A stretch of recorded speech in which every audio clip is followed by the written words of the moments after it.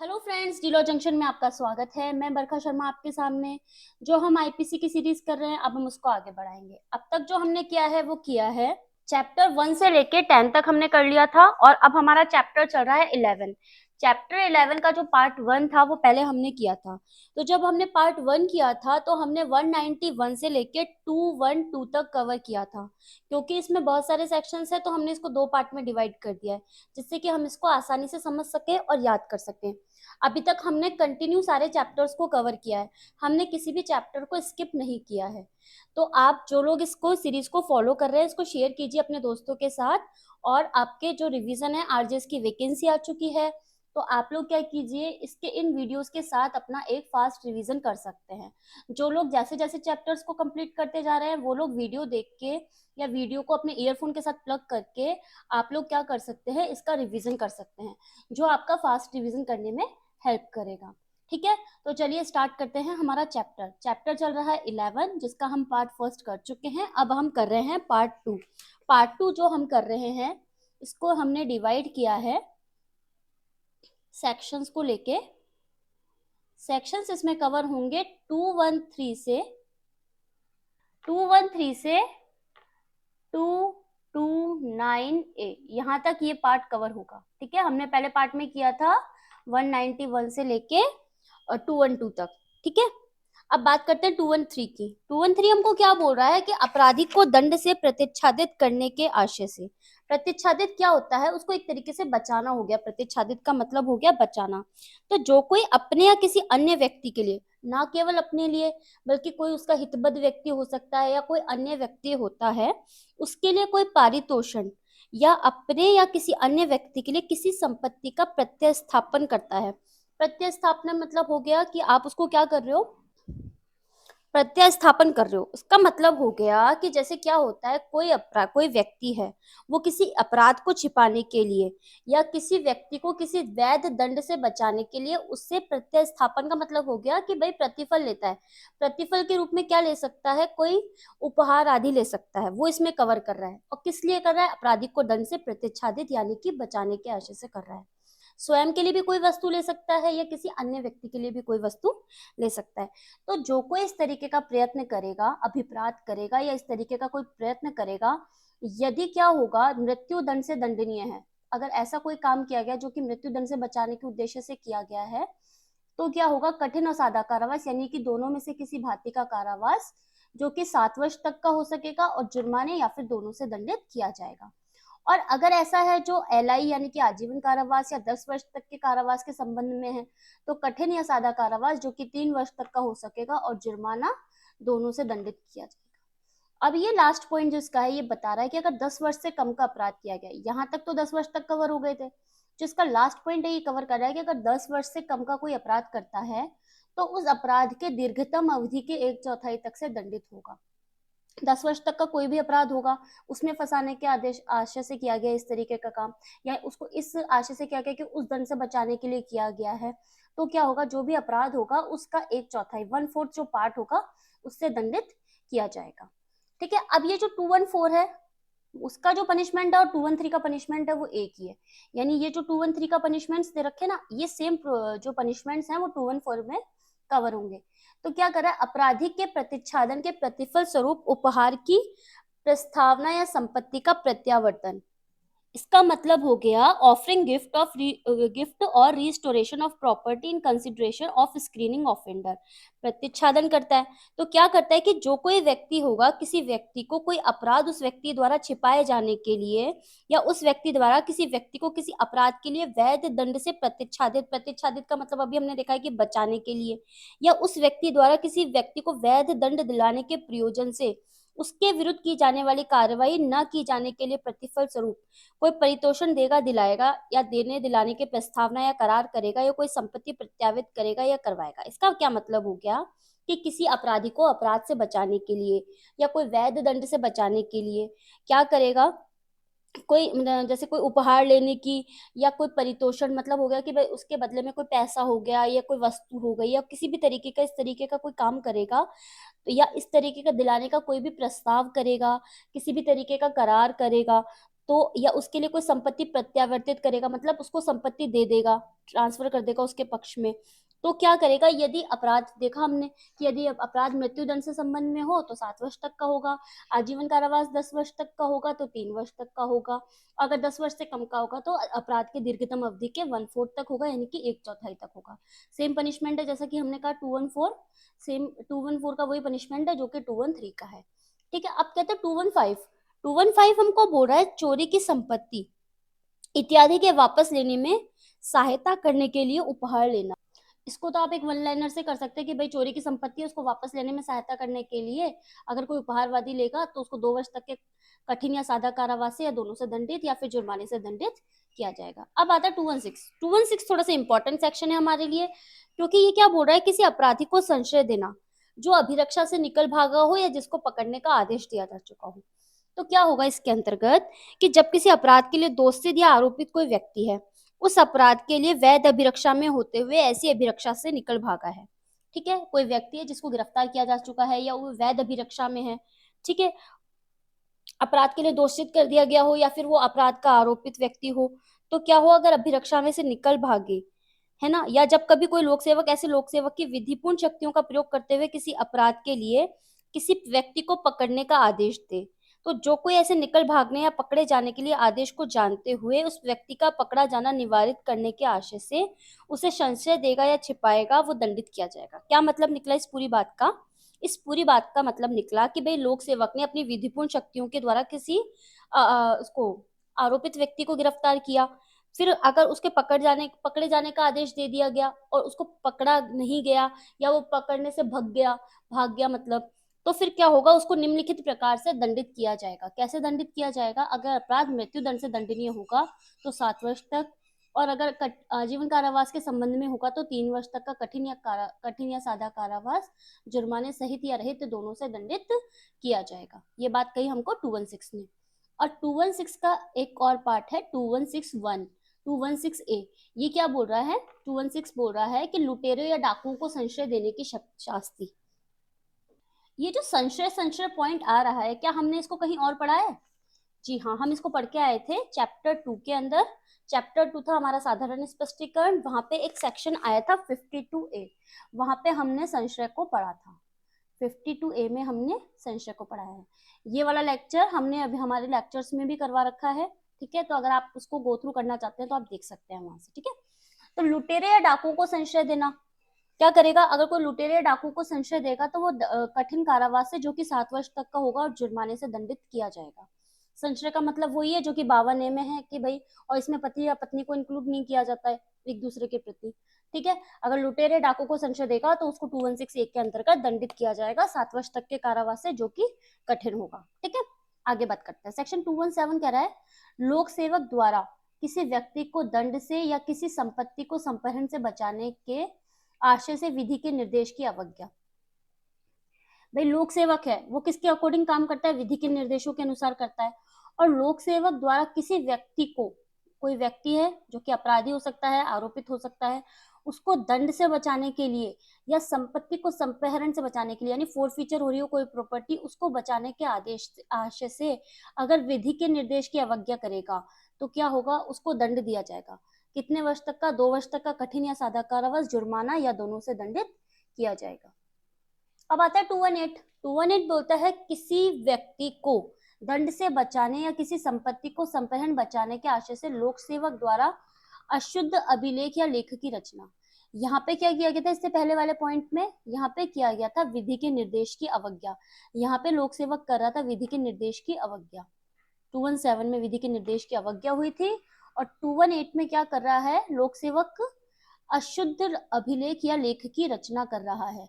तो इस तरीके का काम करेगा तो उसको 3 वर्ष तक के कारावास, जो कि कठिन या सादा होगा, और जुर्माने से दंडित किया जाएगा, ठीक है।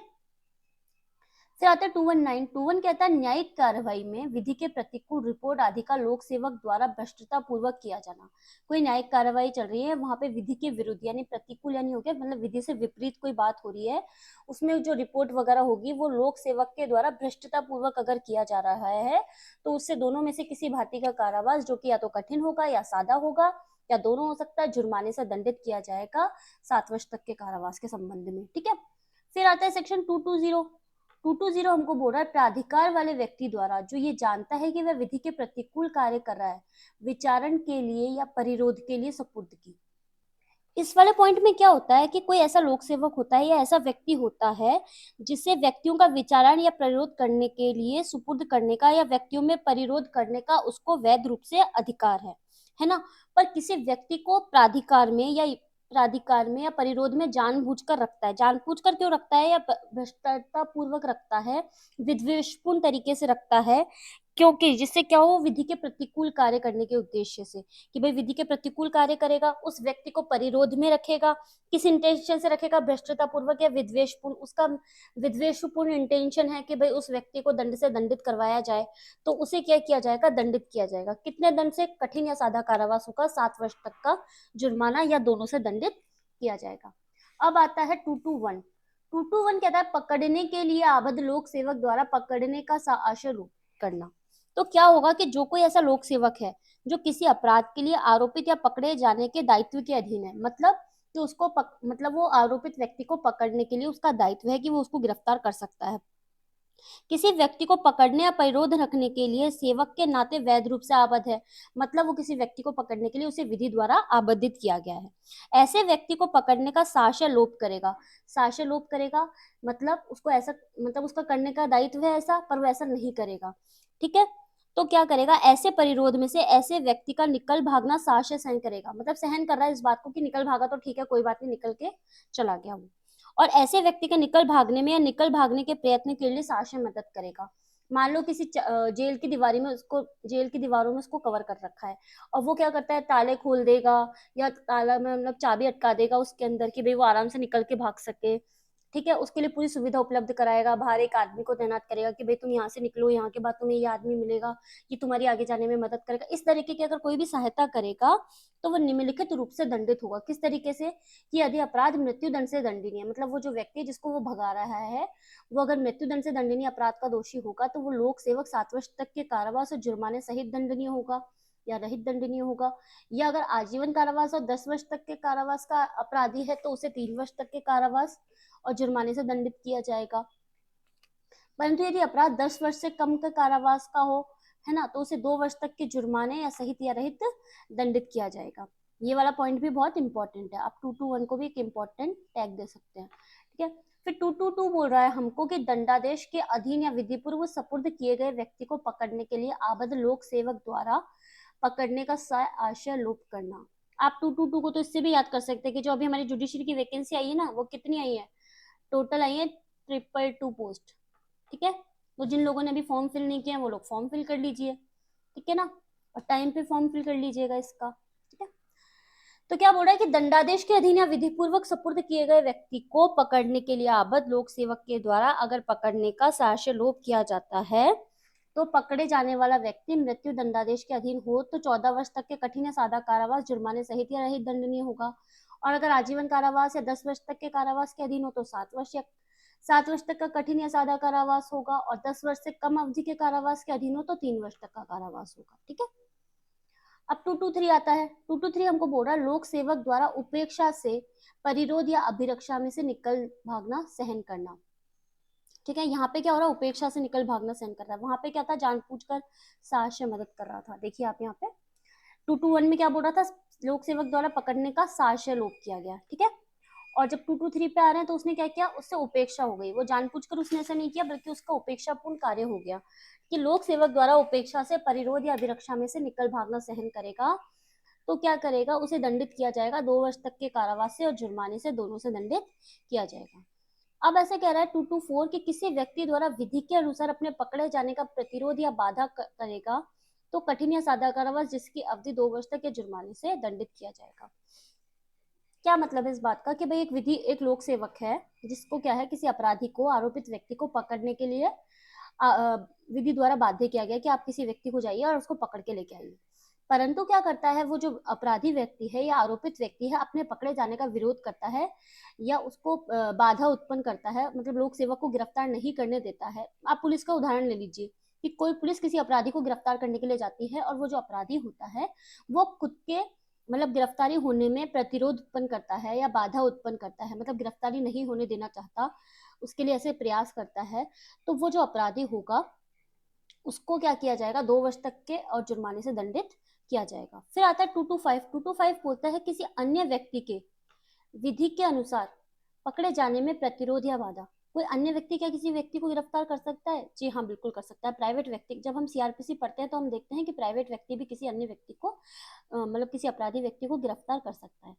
तो क्या होगा कि जो कोई किसी अपराध के लिए किसी दूसरे व्यक्ति के विधि के अनुसार पकड़े जाने में साक्ष्य लोप करेगा या प्रतिरोध या बाधा डालेगा या किसी दूसरे व्यक्ति को किसी ऐसी अभिरक्षा में जिसमें वह व्यक्ति किसी अपराध के लिए विधि पूर्वक निरोध हो साक्ष्य छुड़ाएगा या छुड़ाने का प्रयत्न करेगा, तो वह दोनों में से किसी भांति के कारावास जो कि 2 वर्ष तक का हो सकेगा, जुर्माने से दंडित किया जाएगा। यदि उस व्यक्ति पर जिसे पकड़ा जाना हो, छुड़ाया गया हो, छुड़ाने का प्रयत्न किया गया हो, अगर आजीवन कारावास या 10 वर्ष तक की अवधि के कारावास से दंडनीय करने का अपराध हो, तो वह इसके लिए पकड़े जाने के दायित्वाधीन होगा, तो वो 3 वर्ष तक के कारावास और जुर्माने से दंडित होगा। इसका जो सिंपल है वो सिंपल पनिशमेंट है वो 2 वर्ष तक का है, और थोड़ा सा ग्रीवियस हो जाता है तो 3 वर्ष तक का हो जाता है। और यदि व्यक्ति को गिरफ्तार किया जाना है, बचाया गया है, बचाए जाने का अगर प्रयास किया गया है, जिसको पकड़े जाने का उत्तरदायित्व हो, तो वो 7 साल तक के कारावास और जुर्माने से दंडित किया जाएगा। यदि व्यक्ति को गिरफ्तार किया जाना है, बचाया जाना है, बचाए जाने का प्रयास किया गया है किसी न्यायालय के दंडादेश के अधीन हो, मतलब न्यायालय के दंडादेश के द्वारा उसको ऐसा गिरफ्तार करने का आदेश दे दिया गया हो, ठीक है, और फिर भी उसको बचाया जा रहा हो, ठीक है, उसको बचाए जाने का प्रयास किया जा रहा हो, तो अगर आजीवन कारावास, 10 वर्ष, उससे अधिक अवधि के कारावास से दंडनीय हो, मतलब वो जो अपराधी होगा अगर आजीवन कारावास, 10 वर्ष या उससे अधिक अवधि के कारावास से दंडनीय होगा, तो 7 वर्ष तक के कारावास और जुर्माने से दंडित किया जाएगा। और यदि जिस व्यक्ति को पकड़ा गया है, मतलब पकड़ा जाना है, बचाया जाना है या छुड़ाने का प्रयास किया गया है, वो अगर मृत्यु दंड के अधीन हो, तो एलआई कठिन कारावास जो 10 वर्ष तक का हो सकेगा, जुर्माने के लिए दायी होगा। ठीक है, आप इस वीडियो के थ्रू केवल आप इनके क्या होता है पनिशमेंट्स वगैरह के, इतने पनिशमेंट्स हम लोग याद नहीं कर पाएंगे, तो आप क्या कर सकते हैं, केवल एक इनको हमारे लेक्चर्स के थ्रू गो थ्रू कर सकते हैं कि भाई हमने इनको एक बार देख लिया अच्छे से, तो जो आपको मतलब याद करने में भी मदद मिल जाएगी इसको करने से, कि आप एक बार इसके पनिशमेंट्स को गो थ्रू कर सकते हैं। नहीं तो क्या करते हैं हम लोग, कई बार हमको बहुत बड़ा चैप्टर लगता है या बहुत ज्यादा सेक्शंस लगते हैं ना, तो हम लोग क्या कर देते हैं, उन चैप्टर्स को स्किप कर देते हैं कि यार चलो मेन मेन पॉइंट्स पढ़ जाओ। जैसे हमने साधारण अपवाद पढ़ लिए, स्पष्टीकरण पढ़ लिए, है ना, और वो मानव जीवन के विरुद्ध अपराध पढ़ लिए, चैप्टर 16 पढ़ लिया, चैप्टर 17 पढ़ लिया, ऐसे 4-5 जो चैप्टर्स होते हैं बेसिकली हम उनको पढ़ के चल जाते हैं। पर क्या करेंगे, अगर हम इनको देखेंगे तो हमारे पास क्या होगा, एक बार ये सेक्शंस हमारे नजरों से गो थ्रू हो जाएंगे कि भाई हमने इनको पढ़ा है, कि कहीं कई बार हमको ऐसी चीजें भी क्लिक रह जाती है कि यार हमने उसको वहां पे पढ़ा था। ठीक है, तो आप इन सेक्शंस को इस लेक्चर्स के थ्रू वो कर सकते हो, कवर कर सकते हो। तो सेक्शन 225 आ गया। सेक्शन 225 कब बोल रहा है हमको, ये क्या बोल रहा है, अन्य दशाओं में जिसके लिए उपबंध नहीं है लोक सेवक द्वारा पकड़ने या लोप या निकल भागना सहन करना। कौन सी हो गई अन्य दशाएं, भाई ऐसा कोई व्यक्ति है, लोक सेवक है, जो किसी व्यक्ति को पकड़ने या परिरोध में रखने के लिए लोक सेवक के नाते वैध रूप से आबद्ध है ना, उस व्यक्ति को ऐसी दशा में जिसके लिए 221 में, 222 में और 223 में, यानी 221, 222 और 223 में या किसी अन्य विधि के अधीन कोई उपबंध नहीं दे रखा हो, तो अगर फिर पकड़ने का लोभ करेगा या परिरोध से निकल भागना सहन करेगा, तो उसे अगर साक्ष्य करेगा तो 3 वर्ष तक का कठिन और सादा कारावास और जुर्माने से, और यदि उपेक्षा पूर्वक करेगा तो सादा कारावास जो कि 2 वर्ष तक का होगा, जुर्माना, दोनों से दंडित किया जाएगा। अब आता है सेक्शन 225 का, अन्यथा उपबंधित दशाओं में विधि पूर्वक पकड़ने में प्रतिरोध या बाधा या निकल भागना या छुड़ाना। इसको आप वन लाइन के थ्रू कर सकते हो कि भाई इसमें क्या 6 मास तक का कठिन या सादा कारावास और जुर्माने से दंडित किया गया है। 226 यानी कि 226 हमारे निरस्त हो गया है, 1956 के द्वारा निरस्त हुआ है। कितनी तारीख को निरस्त हुआ है, 1 जनवरी 1956 को, 1 जनवरी 1956 को। क्या हमको इस तरीके का सेक्शन याद करना चाहिए? जी हाँ, हमको इस तरीके के सेक्शन बिल्कुल याद करने चाहिए, क्योंकि अभी जो लास्ट पेपर हुआ था आरजेएस का, उसमें वहां पे हमसे पूछ लिया गया था क्वीन कब निरसित हुई है। ठीक है, कहाँ पे पढ़ते हैं हम क्वीन को, वही हम जब चैप्टर 2 पढ़ते हैं साधारण स्पष्टीकरण, जो कि इसका एक डेफिनेशन क्लोज माना जाता है, वहां पे हम देखते हैं इस वाले को। तो हमको जो निश्चित वाले प्रोविजंस हो सकते हैं कि भाई कब रिपीट हुआ, तो इसके कुछ कुछ जो लगते हैं ना, मतलब इंपॉर्टेंट वगैरह, उनको हमको याद करना चाहिए। तो जैसे अभी इसको याद करना चाहिए कि 226 में निरस्त हो गया, कब हुआ, 1 जनवरी 1956। आप एक बार गो थ्रू कर सकते हो उसको, ठीक है ना। अब आता है सेक्शन 227। सेक्शन 227 हमको बोलता है दंड के परिहार की शर्त का अतिक्रमण। इस वाले पॉइंट में क्या है कि भाई जो कोई दंड का सशर्त परिहार प्रतिग्रहित कर लेने पर किसी शर्त का जिस पर क्या है ऐसा परिहार दिया गया था जानते हुए अतिक्रमण करेगा, यदि वह उस दंड का जिसके लिए वह मूलतः दंडादिष्ट किया गया हो कोई भाग पहले ही ना भोग चुका हो तो वह दंड से, और यदि वह उस दंड का कोई भाग भोग चुका हो तो वह उस दंड के उतने भाग से जितने का वह पहले ही ना भोग चुका हो दंडित किया जाएगा। क्या मतलब हुआ इस बात का हुआ कि अगर दंड की शर्तों का अतिक्रमण कर दिया गया है तो अगर मूल दंड से दंडित उसको नहीं किया गया तो मूल दंड से दंडित किया जाएगा। और अगर मूल दंड से दंडित कर दिया गया है मतलब किसी अपराध के मूल दंड से उसको दंडित कर दिया गया है और उसने किसी पार्ट को भुगत लिया है, मतलब कुछ कारावास उसने भुगत लिया है, तो जितना कारावास उसने नहीं भोगा है भुगत चुका है उसको तो छोड़ देंगे, और जो नहीं भोगा है ना उसको उससे दंडित किया जाएगा। फिर सेक्शन 228 कहता है न्यायिक कार्रवाई में बैठे हुए लोक सेवक का साक्ष्य अपमान या उसके कार्य में विघ्न डालना, ये यहाँ पे हमारे लिए इम्पोर्टेंट सेक्शन है। तो क्या होगा कि जो न्यायिक कार्यवाही में बैठे हुए लोक सेवक का साक्ष्य अपमान करेगा, उसके कार्यों में विघ्न डालेगा, तो उसको सादा कारावास है जो कि 6 मास तक का हो सकेगा और जुर्माना जो कि 1,000 रुपए तक का हो सकेगा, दोनों से दंडित किया जाएगा। ये जो सेक्शन 227 है ये भी हमारे लिए इम्पोर्टेंट सेक्शन है। क्यों है? क्योंकि क्या कह रहा है, कतिपय अपराधों से पीड़ित व्यक्ति की पहचान का प्रकटीकरण। पहचान का प्रकटीकरण मतलब हो गया कि कोई जो पीड़ित व्यक्ति है अगर उसकी पहचान को प्रकट किया जाता है, बताया जाता है, तो वो यहाँ पे दंडित किया जाएगा। किस तरीके से दंडित किया जाएगा कि जो कोई किसी नाम या अन्य बात को जिससे व्यक्ति की पहचान हो सकती है, मतलब कोई पीड़ित व्यक्ति कौन सी धाराओं के अधीन पीड़ित व्यक्ति है, अगर देखा जाए तो बेसिकली इसमें जो धाराएं बता रखी है वो है हमारी रेप से संबंधित धाराएं। क्या बोल रहा है? सेक्शन 370 क, 376 क ख, 376 ख, 376 ग, 376 घ, ये जो धाराएं दे रखी ना यहाँ पे, अगर इन दंडों इसके जो पीड़ित होगा ना, मतलब रेप पीड़ित हो गया, आप इसको यहाँ पे एक टैग दे सकते हो कि जो रेप का पीड़ित व्यक्ति ना रेप विक्टिम हो गया, मतलब अगर रेप विक्टिम का क्या करेगा, कोई नाम बताएगा या किसी अन्य तरीके से उसकी पहचान बताता हो, ठीक है, या उसको मुद्रित करता हो, प्रकाशित करेगा, तो उस व्यक्ति को क्या किया जाएगा? दंडित किया जाएगा। किस व्यक्ति को? जिसने ऐसा प्रकाशन किया है या ऐसा प्रकटीकरण किया है। कितने दंड से? कठिन या सादा कारावास जो कि 2 वर्ष तक का हो सकेगा, या जुर्माने से, दोनों से दंडित किया जाएगा। अब इस पॉइंट का एक अपवाद भी है। क्या बात बोल रहा है कि ऐसा मुद्रक प्रकाशन अपराध नहीं होगा।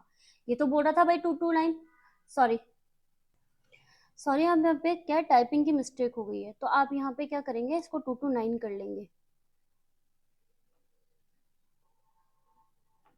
सेक्शन 229 है ये, जो कतिपय अपराधों से पीड़ित व्यक्ति की पहचान का प्रकटीकरण करता है, ठीक है। तो जो 229 है इसका एक अपवाद है। अपवाद क्या बोल रहा है कि ऐसा मुद्रण प्रकाशन अपराध नहीं होगा। इस टाइपिंग मिस्टेक ने तो हमें भी कंफ्यूजन कर दिया। यहाँ पे 229 ए नहीं होगा, यहाँ पे है ये सेक्शन 228 ए, ठीक है। इस पॉइंट के लिए हम माफी चाहेंगे। तो इसमें क्या है, कतिपय अपराधों से पीड़ित व्यक्ति की पहचान का प्रकटीकरण है। जो कोई क्या करेगा, किसी नाम या अन्य बातों को जिससे कि व्यक्ति की पहचान हो सकती है, कौन से व्यक्ति की?